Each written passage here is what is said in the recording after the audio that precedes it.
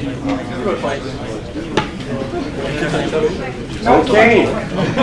Well, thank you everyone for coming. Welcome to the cybersecurity seminar this week on Wednesday. It's a pleasure to see so many familiar faces here, and I hope you will enjoy the seminar. This week we have Thomas Dulli here from Google. He has been mostly known for his contributions in reverse engineering since the late 90s. Has done major contributions in that field, including work on code similarity and sort of bin diffing in that area. You've led a company since 2004, Dynamics, has been quite successful with that and acquired by Google in 2011. And then you've done a lot of work for Google on the defensive side, contributing some of your skill set there, applying your knowledge, and you've been awarded the Lifetime Pony Award in 2015, which is a major achievement. Looking at the other people that are in there, I think your name should definitely be up there. Spray painted golden My Little Pony. That's important. And you've been able to take a year off to think about things and to sort of enjoy life. And you're back at Google since 2016. Doing work in Google Project Zero, and some of that work you'll present today on the formalization of exploitation, and I look very much forward to it. Cool. Thank you very much. Good day. My name is Thomas, and this talk is going to be a bit of a more theoretical talk. Florian mentioned that I spent a year on sabbatical thinking about things, and when you think about things, you realize that a lot of stuff that you think you understand, you don't actually understand all that well. And this talk is trying to answer the question, what exactly is it that we're talking about when we're talking about an exploit? Because my background is in pure mathematics, and when I was studying 15 years ago or so, a lot of professors always talked to me about why I don't focus properly on my studies. I had several math professors tell me, you could become a halfway decent mathematician if you just stop doing all this other stuff. And trying to explain to them what the hell it is that I'm doing, or that security people are doing, turned out to be surprisingly challenging, partially because it's not very well understood. So if you ask anybody, what is this thing that people call an exploit, you get a whole bunch of really different answers from people that work with these things in practice, ranging from very anecdotal to overly specific to overly generic. So you get answers like, an exploit is a program that does something it's not supposed to be able to do. Or an exploit is when you override the instruction pointer. Or some people say it's magic. Another friend of mine said, well, it's when you get access. But again, this is not really a good definition. Like, there's a lot of very hand-wavy, very woolly thinking around what exactly is an exploit. And that's quite harmful because there's a lot of real-world decisions that are being made these days based on questions of exploitability and non-exploitability and difficulty of exploitation.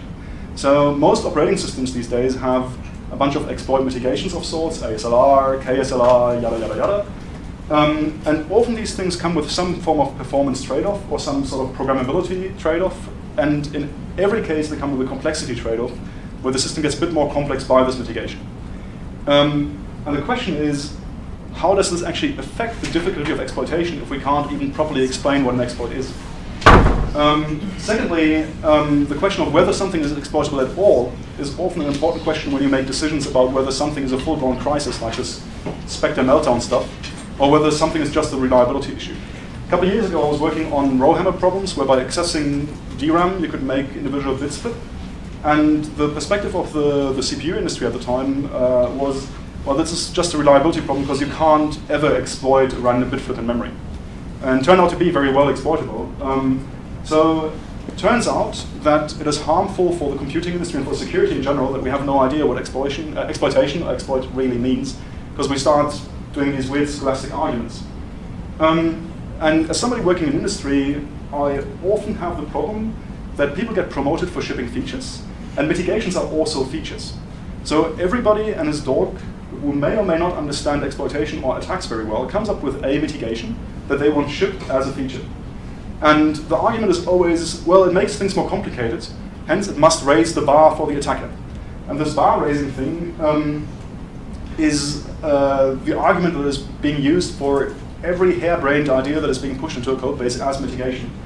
And the questions that are never answered is, Well, it raises the bar, but A, by how much?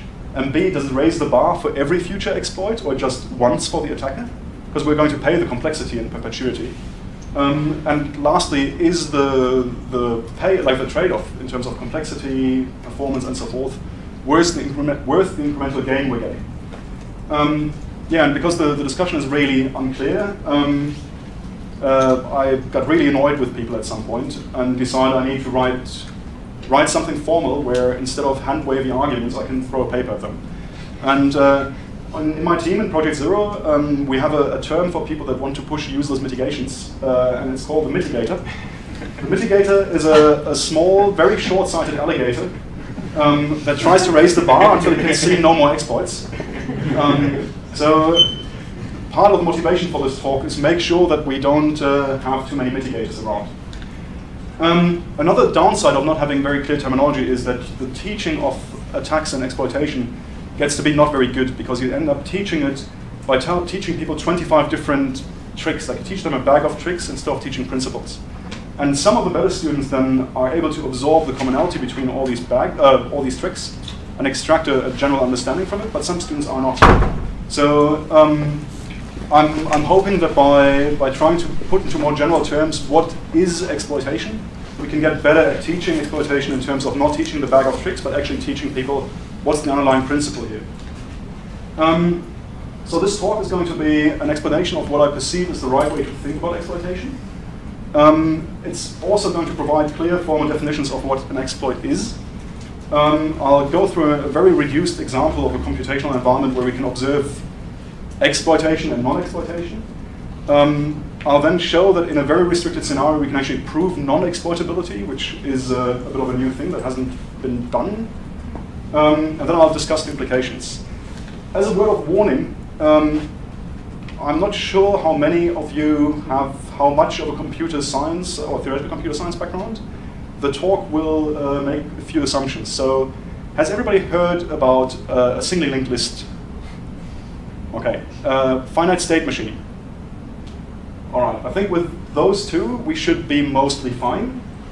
It's a bit of a, like I'll spend the majority of the talk building a whole bunch of machinery. Please stay with me. It's going to take a while. Okay, question number one. What is software on an abstract level? And to some extent, software is an emulator that emulates a machine I would like to have on the machine that I have. Because normally I have a concrete problem that I want my software to solve. Like I want some sort of machine that automates a task for me. So I want to have a finite state machine of some sort that solves my problem. But all I have is a general purpose CPU that I can buy from Intel or AMD, whatever. So writing software is a way to simulate the thing I would like to have on the hardware that I have.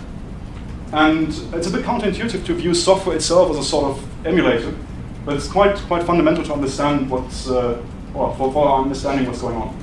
So step number one, software is an emulator for the finite state machine I would like to have. And this finite state machine I would like to have, we'll call that the intended finite state machine. Now, it's more of an ideal construct than a real thing. Nobody writes software by speccing out in detail the finite state machine you would like to have. But we need to have some notion of what is a secure system and what is a correct system. And the intended finite state machine is, by its nature, perfect, because it is the thing that we would like to have. And clearly what we would like to have should not have security defects and should not have any other flaws. So the intended finite state machine is perfect by design and can't, by definition, have security problems. It's the thing like it's an aspirational construct to some extent. So let's examine the smallest interesting example that will exhibit a security property for an intended finite state machine that we can come up with. And we're going to build a small intended finite state machine that keeps a secret for us. So we want to build a machine which we can provide with a pair of numbers, a password and a secret. And the machine will remember these tuples. And if I give it a password to a secret I've previously stored in there, it'll spit out my secret and forget both, like forget the password and the secret that it stored. So just the thing to remember something for me. And as an additional requirement, I say it doesn't need to remember more than 5,000 things. So why am I considering something simple like this? Well, software and computers are very complicated, So I was trying to construct something that is the most simple thing that I can come up with that contains a security boundary that we want to bypass. All right, so I can draw a diagram of how this machine should work. So we have a first state here, A, we read a pair, and then depending on what pair we read, well, is it a new password that we haven't stored before, and is our memory not full yet? And are both numbers not 0? In that case, store stuff in memory, go back to the initial state. Is it an existing password? Well, in that case, remove the pair from memory and output the secret that was stored previously, return to null. If the input was invalid, signal error, return to 0. So that's the thing we would like to have.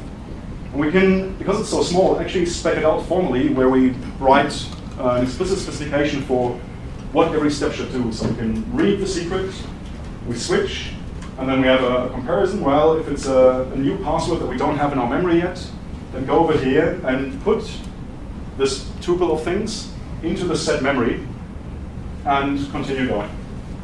Or over here, if this is a password that we already have in memory, then and the secret is not 0, then spit out the contents of the secret and erase whatever is in that at that point in memory.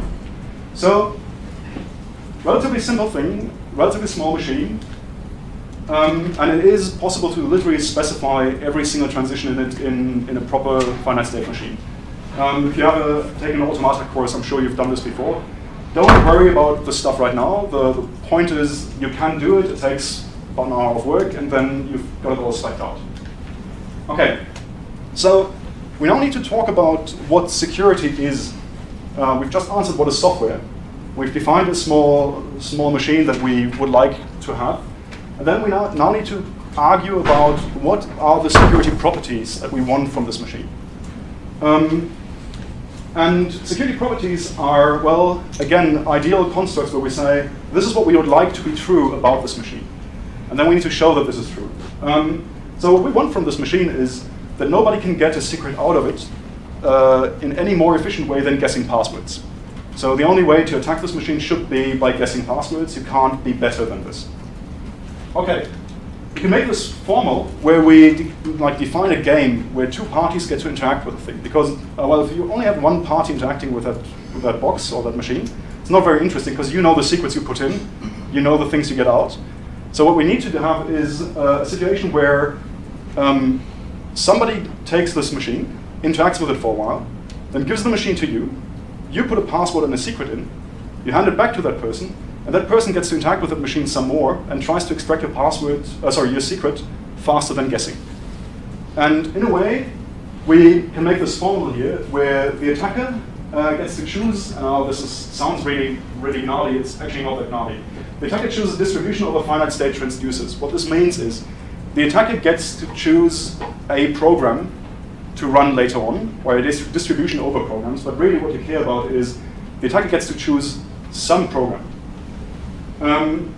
The defender draws his password and his secret, and then the attacker takes his program and runs it against that box for a while. And then you throw your password and secret into that box, down here. And then the attacker is allowed to run his program some more against that machine.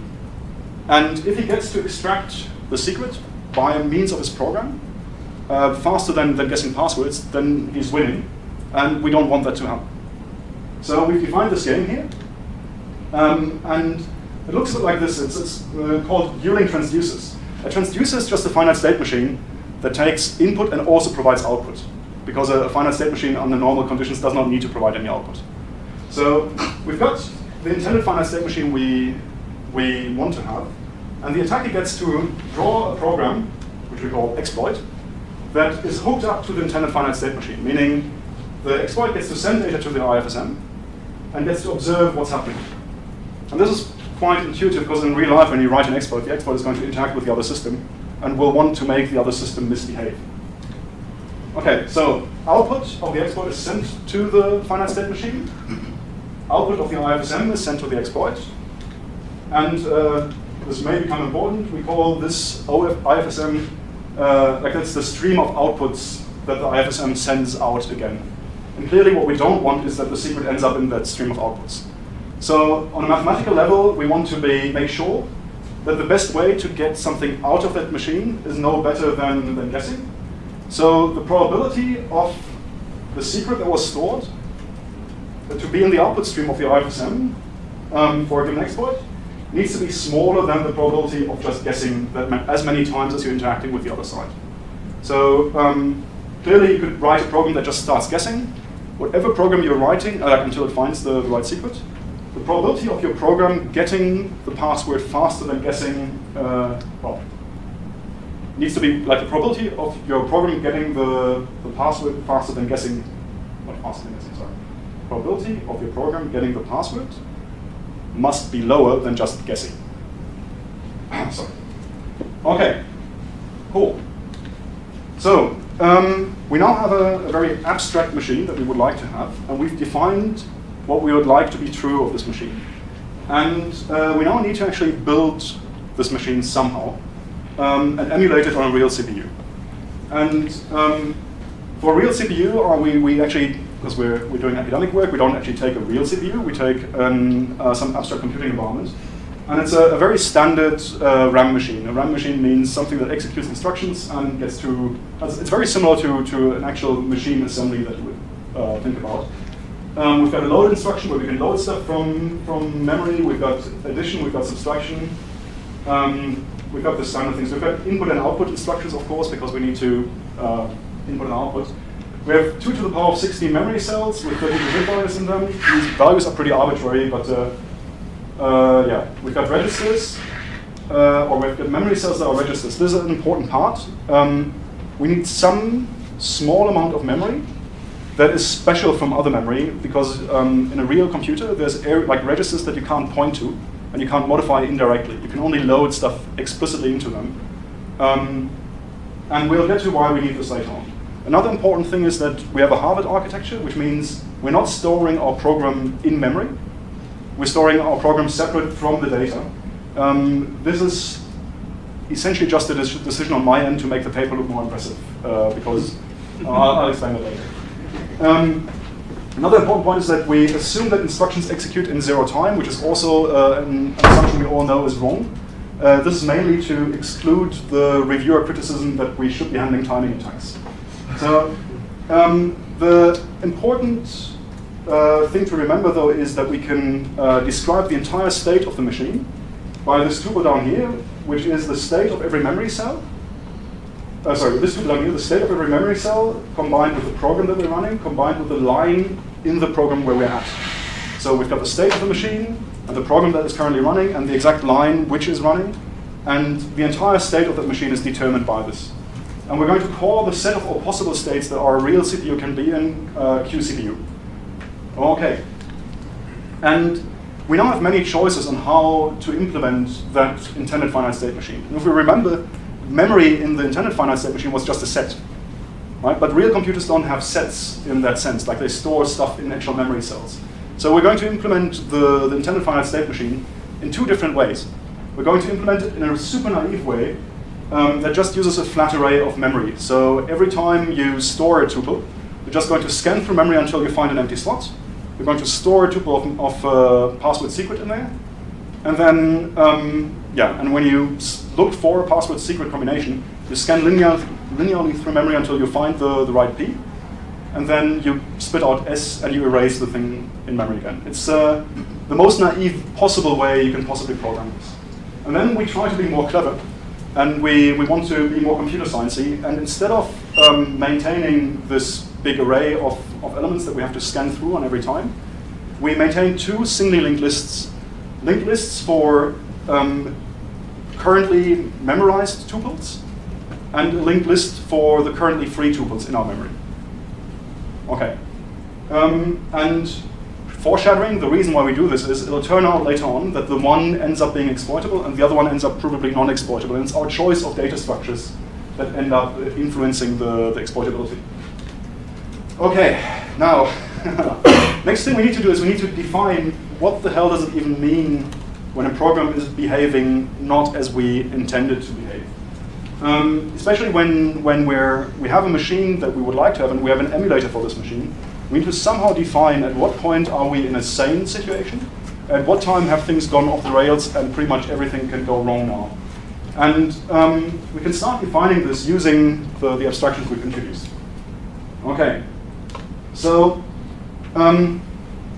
we have the IFSM on the one side, and we have the CPU on the other side. And we can look at a state of the intended machine, and there's clearly many states in the concrete machine that correspond to one state in the intended machine. So let's say I have the intended machine, and I store 5 secrets in memory in the intended machine.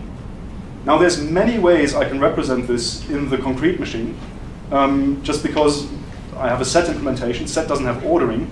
A real computer will have ordering, so I immediately have 5 faculty many reorderings of these tuples in memory. So the important thing to remember is that I have a mapping from my abstract machine to the concrete machine, but it maps one state of the abstract machine to many states on the concrete machine. There's many ways of representing the same abstract state on the concrete machine. Okay, and we call that the instantiation, because we're instantiating an abstract thing in a concrete thing.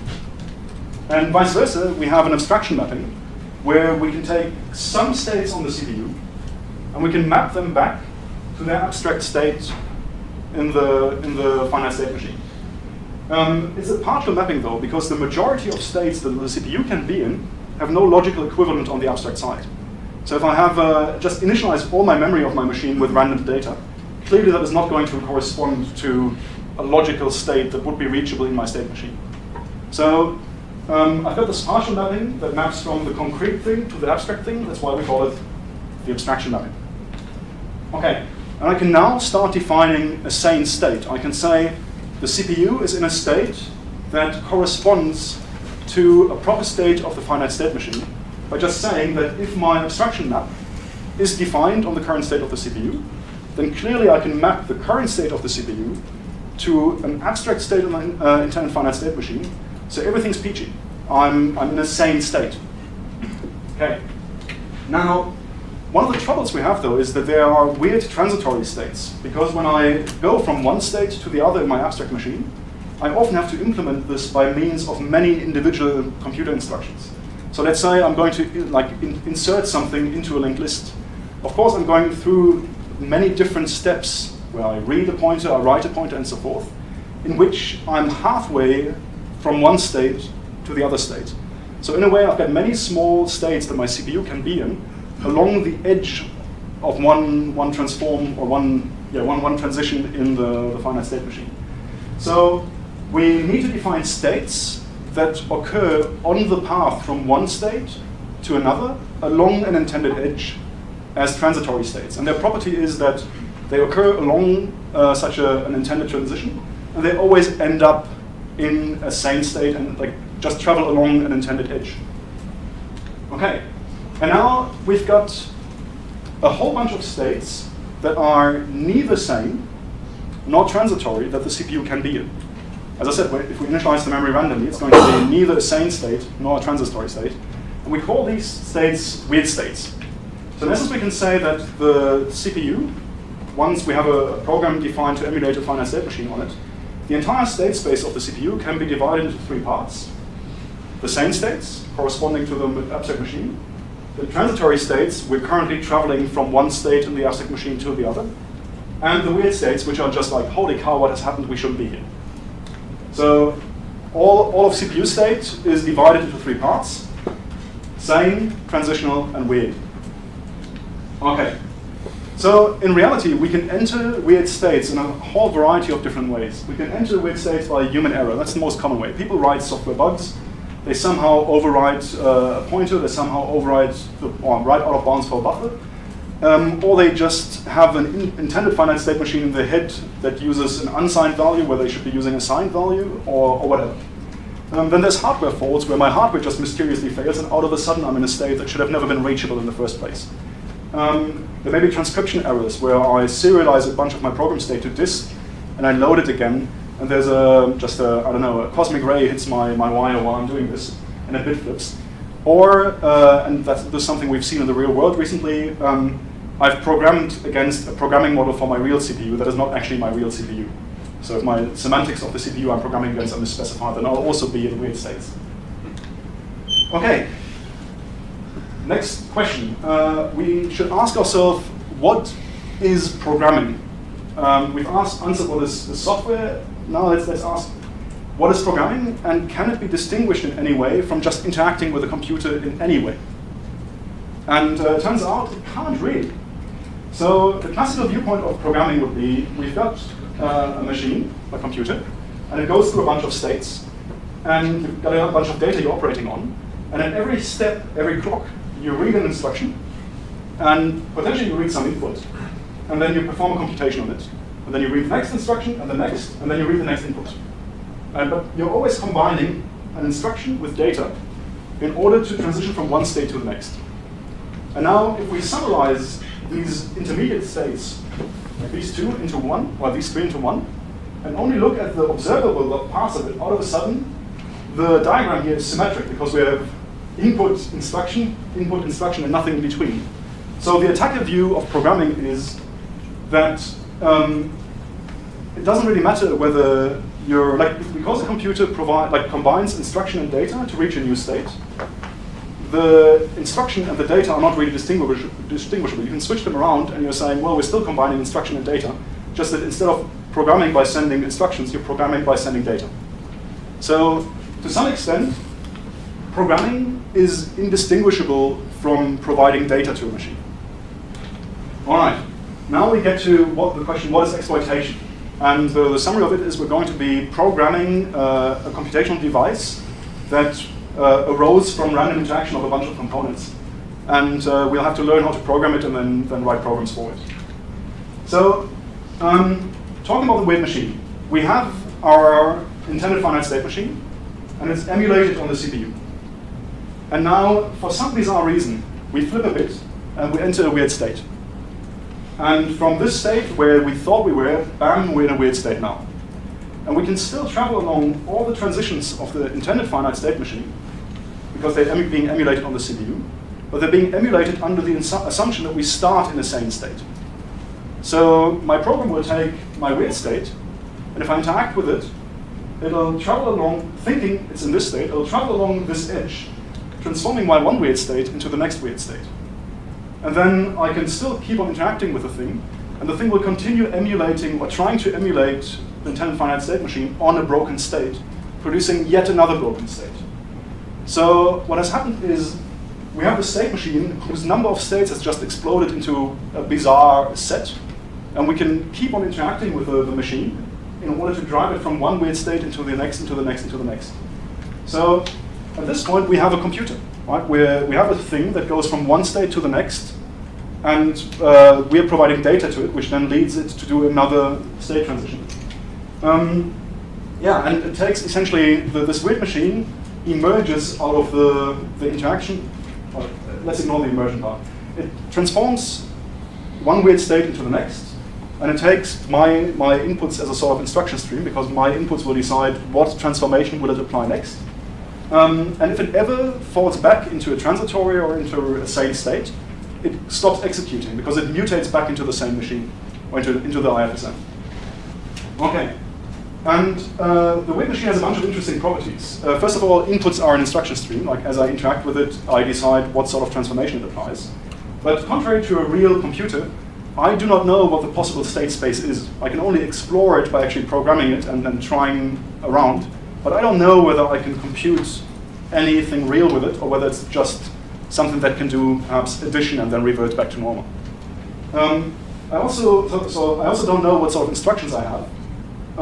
So the instruction set itself emerges randomly, more or less, out of the interaction of the actual concrete semantics of the CPU, the program I've implemented on top of it, and the weird state I used to initialize the weird machine with. So a real machine is designed to be programmable.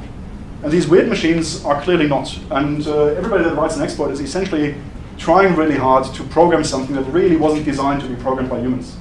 And the semantics of everything you do with that thing need to be discovered as you look at them. Okay, so we finally get to what the important part of this talk is. What exactly is exploitation? And exploitation ends up being the setup, initialization, and programming of the weird machine. What I mean with this is you identify some way of entering a weird state, and then you choose the right initial sane state to be in order to then enter the weird machine by initializing it, by moving it from the sane state into the weird state. And then you want to interact with it further in order to drive it from one weird state to the next weird state to the next weird state until the security properties are violated and you achieve your goal. So really an exploit is just a setup, initialization, and then the program to run on the weird machine. Okay.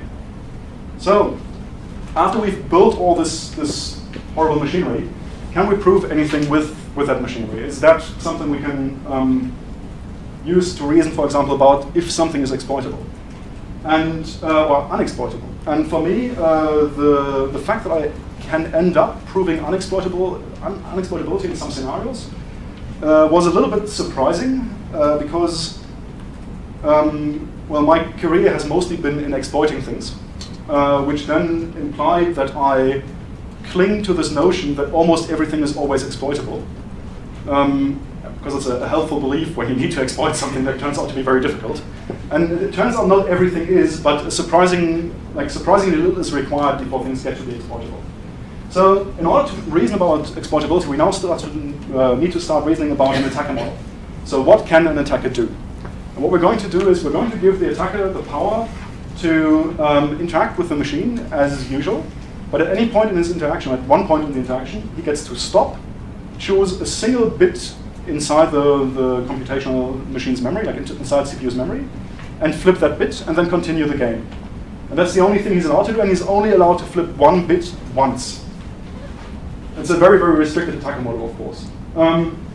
So we have the rules of the game early on, and now we amend the rules of the game that the attacker is allowed at any step, but only once. He's allowed to flip one bit, and that bit may not be in one of the registers. That's an important caveat. Okay, right. So why do I create this attacker model in the first place? If you look at the cryptographic community, they have all sorts of attacker models to evaluate the strength of block ciphers and stream ciphers, or ciphers in general, where you have attackers that can just sniff traffic, or you have attackers that can interact with the other side, that can encrypt messages, and you've got attackers that can both encrypt and decrypt messages and need to recover the key, and so forth. There's an entire zoo of attackers in the crypto community that they use to examine their primitives from different sides. And I just try to come up with an attacker model that is reasonably plausible. It's not a plausible real-world attacker, but it's plausible enough and close enough to a real attack that we can actually start working with it and making some deductions. Okay, so what we're going to do now is first we're going to show that the single bit flip attacker can successfully break the singly linked list implementation of the IFSM by just doing careful interaction with the other side. And the time-honored way of proving exploitability is, surprise, writing an exploit. So we'll just walk through what the attacker needs to do in order to recover the secret. We have memory here that's free, and we can see that there's the head of the free list, the list of free blocks here, in a register, and we can see that all these triples are linked in a single list. And then the attacker sends password 0, like a random password 0, S0, password 1, password 2, password secret, password secret, password secret. And the machine diligently stores it in memory. So it stores the first password secret tuple here, a pointer to the next password secret tuple here, a pointer to the next password secret tuple here. So we just have a linked list of free tuples. And the machine has moved the head of the free list to index 9 up here. And the head of the used list is here. So this is all harmless. The defender now gets to send his secret, so it gets put into the same linked list at the tail of it. All of it is clean, nice.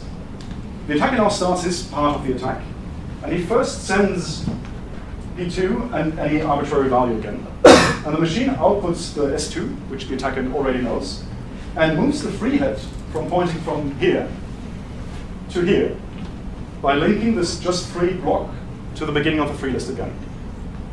Okay, everything's fine. The attacker now sends another value that he already knew to reach this layout. Same thing happens, right? The algorithm, or the machine, identifies this password was sent, outputs this value, then takes these 3 blocks, declares them to be free, and links them into the free list at the beginning of the free list. Okay? And the attacker now sends a random other value to get this setup. Why the hell is he doing all this? Well, this is all still the setup phase. He sends another value, and now we have the linked list of this shape. We have the initial value. It points to the defender's secret, and then it points back here to the next tuple that the attacker has provided, and this tuple that the attacker has also provided.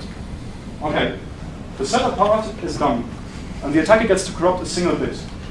And the single bit that he corrupts is he's going to increment the N3 pointer up here, that points to the next thing here, by exactly 1 to point to S4. Okay? And now he sends S4 to the machine. The machine now chases the linked list. Is this this value the attacker sent the P0 password? No. Is it the PD password? No. Is it the P3 password? No. Is it S4? The attacker has sent S4 previously. He knows S4. He sent it now. So the machine now thinks, hey, this is the right secret. And then it outputs N4. And then it takes these 3 things here and declares them to be a free block. And the free block is going to be, certainly linked to the beginning of the free list. And by linking it to the beginning of the free list, we're taking this value here, which is 12, and overwriting the password that the defender has put in by the index of this first element of that free list here. So the attacker has now overwritten the password of the defender with a value he knows, with 12. So the next thing he just does is he sends 12 into the machine, and the machine will search for the linked list. Oh yes, we have found 12, and it'll spit it out. And yes, then the attacker has just obtained the secret. Sorry, my hand movements were wrong. It was machine starts, jumps here, well, actually machine starts, jumps here, comparison happens, sorry. And it spits out the secret.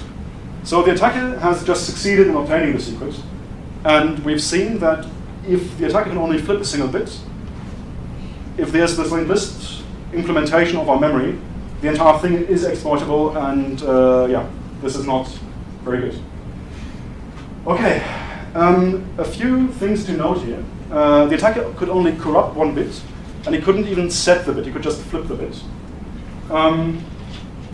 The other thing is that we had perfect control for integrity. I mentioned earlier that the only reason I chose a Harvard architecture is to make it more impressive. Like when in regular computers, you usually have your code living in the same memory space as your data. And then the obvious thing that you try to do in a lot of these models, or you used to do that in reality as well, is you try to corrupt your code in some way, because when you corrupt the code, pretty much everything can happen.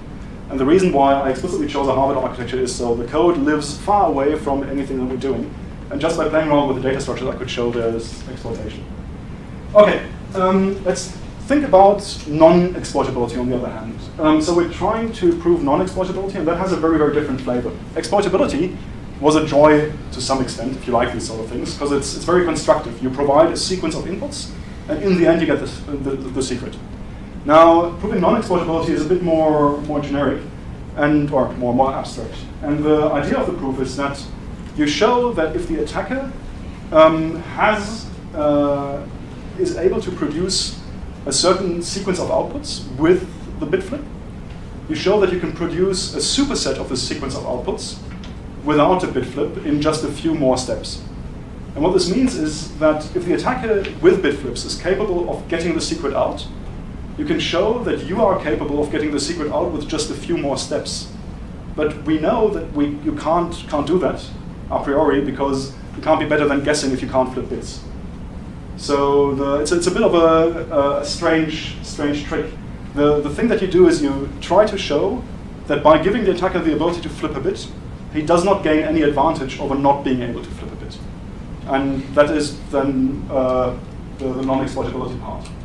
So the proof is actually very, very, it's not a beautiful proof, it's a rote enumeration of stuff with lots of symbols in the paper. I'll just give a sketch here, because it's yeah, just a bad idea to try to talk about it. So assume for a second that the attacker can provide, with a bit flip, can provide an exploit that has a probability that is better than the number of symbols he sends to the other side divided by 2 to the power of 31. So that means, let's assume we have an exploit that is better than guessing. Or that's better than guessing minus 1 bit. And we also assume that for a non-bit flipping attacker, we know that the thing can't be better than guessing. So we can only have a probability of success of the size like less than number of symbols we send to the target divided by 2 to the power of 32. So starting from these two assumptions, we can now look at all possible transitions that the attacker can effect in the target by flipping bits. And then we can show, like we can more or less enumerate them and show that they're all not very interesting. And the result is, in essence, we can flip 1 bit in the memory space, and there's 5 transitions that the attacker can end up doing. And the first 3 of them are actually transitions from one sane state to another sane state in the intended finite state machine. And what we need to show then there is that these transitions could be obtained by legal means, because if you have one sane state and another sane state, there's some path that you can take, or normally there's some path in the intended finite state machine that you can take to go from the one sane state to the other, which means you can already emulate the attacker that can flip bits without flipping bits by just going through that path. So there's 5 possible transitions that you turn out to be able to do. For example, you can take an existing piece like password secret combination in memory, and you can flip 1 bit in the password. Okay, that really just transitions your state from one sane state to another sane state. And you could have achieved that by just sending the password, getting the thing freed, and sending the XOR password secret combination in. And so that transition you could have done just by hand. Similarly, you have a situation where you can flip a bit in a secret. And again, this is goes from one sane state into another sane state. And that can be emulated in just a number of steps by somebody who can't flip bits. And finally, you can send in a password that just consists of 1 bit. And you can flip that to 0, and you can reach a sane state where there's a 0 in memory followed by a secret, which is not a problem either. And yeah. And then there's a bit more work to do, because there's 2 transitions that you can do by flipping bits that transit from a sane state into a weird state. And the trick there ends up being that you show that any output sequence that can be generated from going into a weird state, iterating through a bunch of weird states, and then returning to a sane state, can be emulated by somebody that never enters the weird state in the first place with just a little bit of overhead. Yeah, and it turns out that you can show that you can emulate a bit flipping attacker in this machine by a non-bit flipping attacker with just 10,000 extra interactions. And the 10,000 extra interactions are mostly because at some point you have to fill all of memory with garbage and then remove everything again to hit a particular spot. Yeah. Anyhow, this is very sketchy now, but the core idea is that once you show that you can emulate the bit flipping attacker by somebody that cannot bit flip in just a very small number of steps, then you get a contradiction to what we assumed, because we assumed we have a bit flipping attacker that was able to be faster than guessing, like significantly faster than guessing, and we assume that somebody who can't bit flip cannot be significantly faster than guessing, and then we show that whatever the guy that can bit flip can do can be emulated by the other guy in just a little bit of overhead. So there cannot be a significant discrepancy in speed or power between the two. And that's how you then get to put this nice rectangle at the bottom of the proof and hope that nobody notices that you've made a typo somewhere. So on the proof details, as I said, it's not a pretty proof, it's not an elegant proof, it's literally rote exhaustion of the possible transitions you can do by flipping a bit, and then showing that all of them lead to nothing. Or all of them can be emulated by a purely non-bit flipping attacker. I'd like to have an elegant way of doing it. I don't. So if you're interested, please feel free to dig into the paper. The link will be at the end of the talk, and feel free to send me corrections and so forth. I think the important part to remember is this trick that you show that somebody who has the power to corrupt your memory cannot be significantly better than the person that can't corrupt memory, at which point you've shown at least that the attacker is not gaining anything by corrupting memory. So, yeah. So, what are the consequences and implications of all of this? So, the one thing that is a fairly important consequence is making statements about non-exploitability or exploitability is really, really, really difficult. Meaning that even in the toy example we had here, it took a lot of time to reason it through the cases. And the toy example we have here is several orders of magnitude less complex than any real piece of software. So I'd be extremely careful about making statements about something being non-exploitable, just because we've seen that even in something seemingly extremely simple, namely 2 linked lists in memory, a single bit flip can pretty much mean disaster. So the boundary between what is exploitable and what is not exploitable seems to be low-ish, meaning not much complexity is required for things to become exploitable. Other consequence that I found surprising is that in some cases you can make statements about non-exploitability. It may not be a practical situation, right? There's no real software where we can make this statement, but at least we can create a toy where it works, which may be a start. Another important consequence is that multiple programming mistakes in the same target are going to create a sequence of related weird machines. Meaning, if I have a bug in Firefox today, and I write an exploit for that bug in Firefox today, and I have another bug in Firefox next month, it will be a different bug, and the weird machine will be slightly different. But I've learned how to program the first weird machine, and the next weird machine is going to be somewhat related to the old one, because the way I interacted with the old one to achieve things in memory will not have changed drastically. It will have changed a little bit, but not a lot. And this has important implications for mitigations and for attackers. So on the one hand, attackers that repeatedly attack the same target will or are already building libraries of common attack operations. So when they have to achieve a particular goal in the target program, they already have a number of interactions they know they can do with the target to achieve a particular goal in the target. So this is already practice, and I think it's only going to get worse as complexity keeps on marching on. And then it's quite unclear what this implies for mitigations that randomize the programming environment. So ASLR, KSLR, and so forth. A lot of their threat modeling assumes that the attacker attacks an entirely new program every time. So here's a program, here's a bug, attacker needs to attack it, we've added ASLR, it's much more difficult. But the reality is that you have, here's a program, here's a bug, there's the mitigation, the attacker attacks it once, understands how to leverage a bug to bypass the mitigation. Next month, same program, different bug, same mitigation. How much of what he did here can he port to next month? Like how much does a mitigation mitigate when you go against the same thing again and again and build up a library of knowledge and library of understanding of how things interact? And it's really not quite clear what mitigations will provide value every time and what mitigations will provide value only the very first time you encounter them with a given target. Another important consequence is control flow integrity is no solution to everything. There's a few people that are really in favor of having strong control flow integrity everywhere, which means you can never hijack an instruction pointer to point to other things. But that will not be sufficient to stop attacks. Like you can play really nasty games just by modifying data structures and just by shifting one bit and then iteratively unlinking stuff from a linked list. What's also interesting is that registers were actually quite important to make any proper statement of non-exploitability.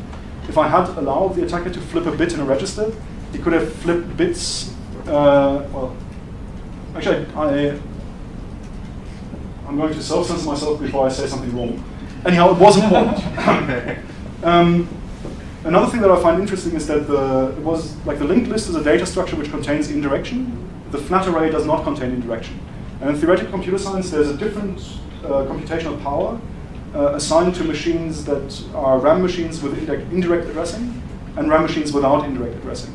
And I'm wondering whether this is an analogous thing happening here, where you get less computational power if you don't have indirection because your weird machine won't have indirection. I have no idea, but it smells like a good thing to waste 20 years of your career on. Yeah, anyhow. provided you've got tenure already.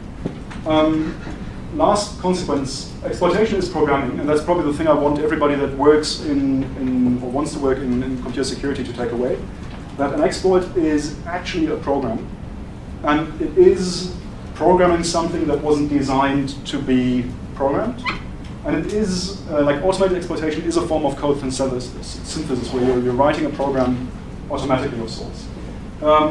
Another important thing that distinguishes attacks from real software is when you synthesize real software, you would like real software to work reliably in the same way all the time. Now, an attacker is already successful if his program works 10% of the time, because he can already hack people 10% of the time in that case. So it may actually be that from a program synthesis perspective, it's easier to build attacks than to build programs. I don't know. Yeah. Other important things to say before I close. The single bit flip attacker model is not the best attacker model I can come up with, or anybody can imagine. And the example in 10-finite state machine is tiny and not a realistic depiction of software. Like, both were chosen, so we have an example that is simple enough so we can observe the effects that we want to understand in a controlled environment. So there's not a good model of real-world software. It's mostly the simplest model I could come up with where I can observe what I wanted to observe on paper. Okay, there's a full paper here. It still has a bunch of typos that I'm supposed to fix. I've got the proof. For some bizarre reason, it doesn't include the appendices with the code that is actually necessary to understand the proof set. The appendices are in the draft paper here. And that was my talk. Any questions?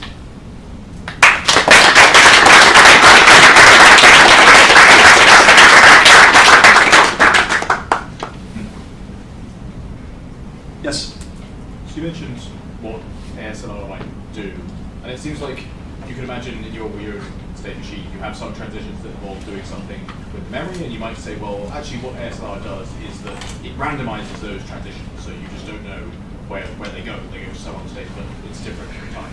Yeah. And that obviously it's harder to program a state machine that has randomized transitions every time. Yep. And so you might think, well, actually, if that's successful, maybe it doesn't cover the whole machine. You could try and work out how we can randomize other bits of the weird machine, so make other operations unpredictable in the way that ASLR makes. Yeah. So it's the question. So my question was, you said it wasn't clear. I was wondering if that was a way of interpreting what ASLR does to the weird machine. ASLR certainly randomizes your transitions of the weird machine. That's certainly the case. What is not clear is, and it certainly complicates programming it for the first time. Right, and it's unclear to me to what extent it'll, like, there's situations I can imagine where ASLR actually helps the attacker. Like there's situations where having a different concrete state every time can help the attacker achieve something that he couldn't otherwise achieve without ASLR. Let's say he needs to get two particular pieces of memory to be adjacent, and in a deterministic scenario those would never be adjacent. But in an ASLR scenario, they are, or he can try awfully enough until he gets them to be adjacent. So I think it's the right way to think about ASLR in terms of it randomizes the weird machine. And it's the right way to think that the principal difficulty that ASLR introduces is that it makes some weird machine transitions to be probabilistic. Like whenever there's a pointer involved, all of a sudden you've got like instead of one transition, you have a group of transitions that you need to consider. What is not so clear to me is that if I have a complicated target and I have found a way to twist a bug into an ASLR break, how long will that way persist into the future, right? Let's say take the Firefox example. If I've got a generic way of how to twist any time I can corrupt a byte into something that breaks ASLR, then I can build a library for that target. So every future byte corruption that I get breaks ASLR. So I have a library of things that I can use now in order to do things. So I'm not saying that ASLR is not going to be useful in the individual case. I'm not saying that it's not going to provide some residual value on multiple iterations, but it's not clear. It's entirely unclear how long and how often and how high that residual value is. Does that make sense? Cool. Yes. So you may mention this, but then I didn't hear. Do you assume in your game, in order for the adversary to win the game, that that you have to end up in a state, in the ideal state machine. No. The only thing that the adversary has to be able to do is provide a transducer that has a better chance than guessing at recovering the secret. But then then I don't understand the argument that sort of regular interaction with the state machine can bring you to the same state in all cases. Because if you can enter weird states, you shouldn't be able to enter those unless you have this bit flipping correct, but capability. so you've got the bit flip capability that goes from sane state to sane state, and it's very simple how to emulate that. Sure. But when you go from sane state to weird state, Yeah.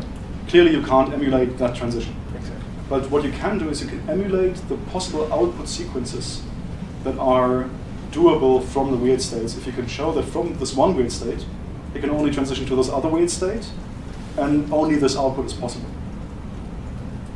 Right? So the argument essentially That would works. be very rare that you can say that, because often I would guess that once you enter a weird state, it kind of explodes and you go up to the sky. Right? Correct. That's like there was some work done in order to make sure that the example is sufficiently constrained that you can do that. In reality, as soon as you enter a weird state, your possible state space just blows up into all directions, and it's extremely difficult to reason about what happens thereafter. Hi. Yes. Yeah, thanks for the talk. So, I guess that the root cause of exploits are vulnerabilities, right? So, and then the same vulnerability can be exploited in multiple ways.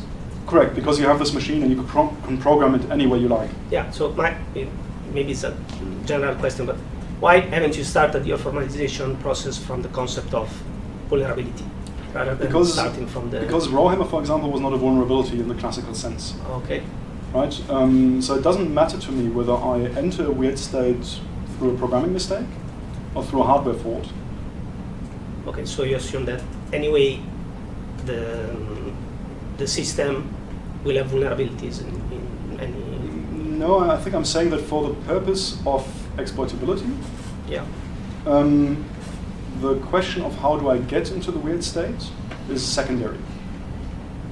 So I do not care whether I enter the weird state through a vulnerability or through a hardware failure or through somebody smashing a hammer or a big magnet against my computer. Because to understand the phenomenon of exploitability, I don't need to understand how I switch to the weird state. Okay, but do you think it's valuable to try to formalize also the concept of vulnerability, like to have a formal definition of it? Because even that... So you could argue that anything that allows you to move from a sane state to a weird state is a vulnerability at that point. Or is the right? Because if I corrupt memory, I'm moving from a sane state to a weird state. If I'm desynchronizing what the programmer thinks is happening with what's actually happening, I'm moving from a sane state to a weird state. So I think there's always value in studying things. Yeah. And understanding vulnerabilities is a good idea. It'll also help us understand attacker models decently, right? Because the single bit flip attacker model is not the attacker model that you see most in real world, because the nature of the vulnerability is going to influence what a good attacker model is. So I think there's value in understanding vulnerabilities well to understand what the attacker model should be. But I don't think that understanding vulnerabilities is a prerequisite to working on exploitability. Okay. Does that make sense? Yeah, yes, thanks. Cool. Yes. You said your proof was quite laborious. Did you think of, or did you consider using any automated methods or tools? I wish I knew how. So the reality is I got on my to-do list to learn how to properly use Coq for, I think, 5 years. I just haven't had the time. Sure. And my threshold for, like, it would do me some... He said automated. I'll take just training wheels, because my proof technique is atrocious. I'm just really, really bad at these things. Automated or automatic? I'm not fussy. So anything that just helps me do laborious stuff is probably a good thing, because I am terrible at proof technique. Like when I did my math degree, we did our exercise sheets usually in groups of 3, and I had classmates that were good at the brutal inductive proof over 2 pages and 3 variables, and I just can't do it. So no, I didn't. I wish I could. I need to learn how to do it at some point. Yes? So your attack obviously the attack that you were finding it was a single link list was the pointer being able to adjust the pointer and change it. Can you think of a way that you could defensively code that implementation such that the pointers wouldn't be vulnerable to that kind of attack? So, or are pointers inherently vulnerable to single bit? So that's a good question. There's a lot of work on the CPU architecture side where people are playing with encrypting pointers in memory. And the big trouble that you will run into is that in our current programming model, pointers and indices into arrays end up being indistinguishable, right? Because you have a pointer, you may be able to keep the pointer safe, but then you add an index to the pointer in order to index into an array. And if you couldn't keep the index safe, then all of a sudden it doesn't matter. So I don't know. If you find a good way of solving that problem, then you may have something that is going to be quite useful. And there is the thing that once we got rid of indirection in memory, we could at least start proving something. So clearly looking at pointer integrity seems like a plausible thing to look at. That's pretty much as far as I would go. You had a question as well? Yeah, I was just wondering if the presence of a weird machine or a set of weird states is sufficient to indicate that a program is exploitable, or if there could be weird states such that they didn't amount to anything in a program. So the flat array example has weird states that just fall back into normal states without doing any harm. So it is possible to have very small weird machines that don't provide any value. So what's kind of like the bright line between creating harm and not creating harm? Like, does a set of weird states have to be like a full Turing machine type? So you don't need to have Turing completeness or anything like it in order to do harm, because often it is enough to just corrupt something. I mean, our attack on the linked list, I would be very I can't rule out that it's like the linked list thing ends up being Turing complete, but I don't know whether it is. And all we need to do is write one value into the right spot. So where the bright line is between exploitability and non-exploitability, I can't tell, right? Because you end up in so at least in this model, let's assume that we ended up with something that was Turing complete, but that was just extremely inefficient. Because our security model said you need to be better than guessing. You may end up with a weird machine that can do everything, but the communication complexity, that like the number of instructions it has to run, is so high that it doesn't get better than brute force. So I don't have a good answer for where the bright red line lies. The purpose of the entire research was pretty much to understand where is the line where exploitability, like where non-exploitability turns into exploitability. And this is as close as I've gotten so far. So I'd be extremely happy if somebody else wants to have a closer look. Yes? Amazed, as always. This immediately brings to mind an entire reshaping of the debate about arsenal management and vulnerability equities, because you postulate a set of features in those vulnerabilities now, in the exploits for those targets, which are not currently considered, that is, what is then more reusable because it enters other weird states. Right. Yeah. So I think this is more relevant to publishing exploits than to publishing vulnerabilities. So when we talk in real world, when we talk vet, though, we're really talking what have we weaponized and what have we gone after. Yeah. So I'm not sure whether I'll make sense in my reply, and I'll have to ask after I've replied whether it made sense, and we may have to have a second round of this question. But it certainly impacts questions like the speed at which I can turn around a new vulnerability in a target into a working exploit. Because if I've gone against that target multiple times, and I have a library of weird machine code built up to use against that target, then clearly I can turn around a new bug I learn about much more quickly into an attack. But that's, I have the impression that's only a very fractional reply to your question. So yeah, I think there's some bug collision debates in there. I think there's, you can predict with your model areas where higher probability of bug collision debates, because folks are able to reach the same weird state through multiple transitional pathways. Yeah. So I mean I have to admit I haven't thought about how this impacts bug collisions at all. And I don't know, like I don't have a good reply, like good answer. I can be completely off this, or we just have a fight. That sounds like a plan. Yeah. Yes. So when you're talking about the weird machines and sort of reusing weird machine instructions against the same target, do you have sort of a gut feeling that that's how it is in practice, that you get to learn a target in reality, and then at the moment people are sort of doing this very informally? Is that true, or is it that each bug really generates a different weird machine? Each bug generates a slightly different weird machine, but from talking to people that do bugs for a living, so I know of people that they write one exploit against one weird machine, and they quite explicitly look for other bugs that will create a similar weird machine to maximize turnaround time, to minimize turnaround time to find a new thing. So they're looking for something that's similar to what they've seen before. And when they have the choice of, am I going to investigate this bug here that looks like a really different weird machine, or this other bug that looks like a kind of related weird machine, just for efficiency reasons, they go after the thing that's more related. And they do build up libraries. But then occasionally you end up in a situation where you have something that is really, really different, and then none of the other stuff. It still kind of helps because your understanding of the dynamics of the emulator for the IFSM helps you understand more about what transitions you have available. But you're going to be reusing less of the code and more of the understanding of the semantics of the IFSM.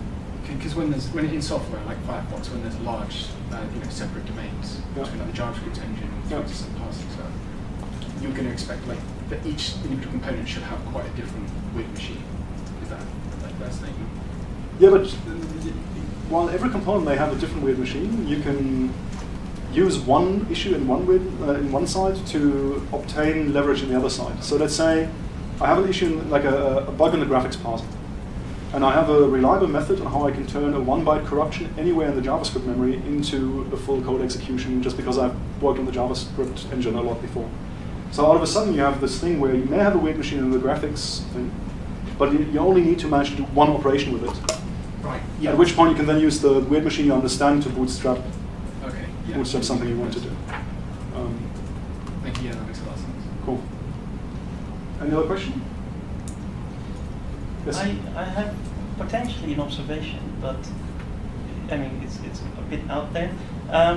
So in physics, they have this notion of entropy, and I mean physical entropy, not like intellectual engineering, where if you have high entropy, you're sort of in an organized state, and there's actually very few. Low entropy? Sorry, low entropy. Yes, absolutely.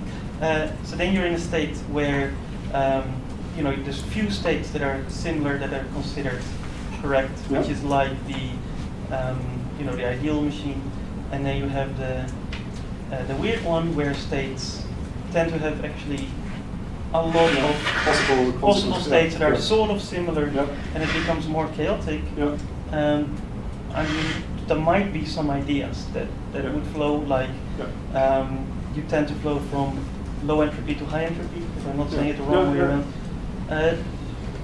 All of this is extremely plausible. In fact, if you look at dynamical systems, they're usually like a recurrence equation that goes nuts. And a recurrence equation is very similar to a program that just keeps on operating on itself, like on the state until it goes further. And there's also, if you're unafraid of wading into that community, Stephen Wolfram has been doing a lot of work on these emerging computational Turing machines. And there's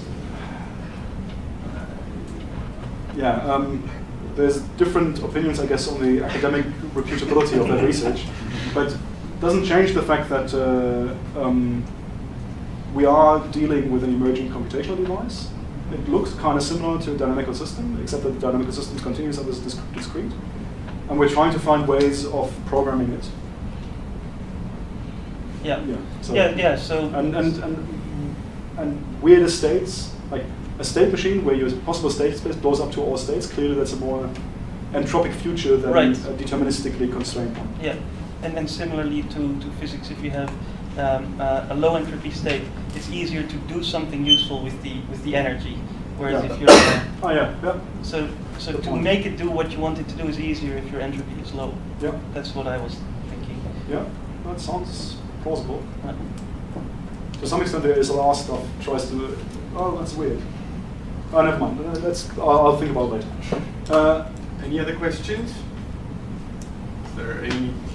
Otherwise, I would say we thank very much to Thomas. I'm sure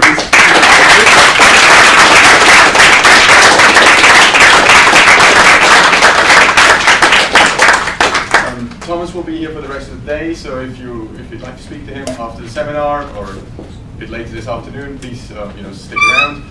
The next seminar will be on Friday with Philip Ingleson at 2 o'clock, also in this room. Thank you for coming.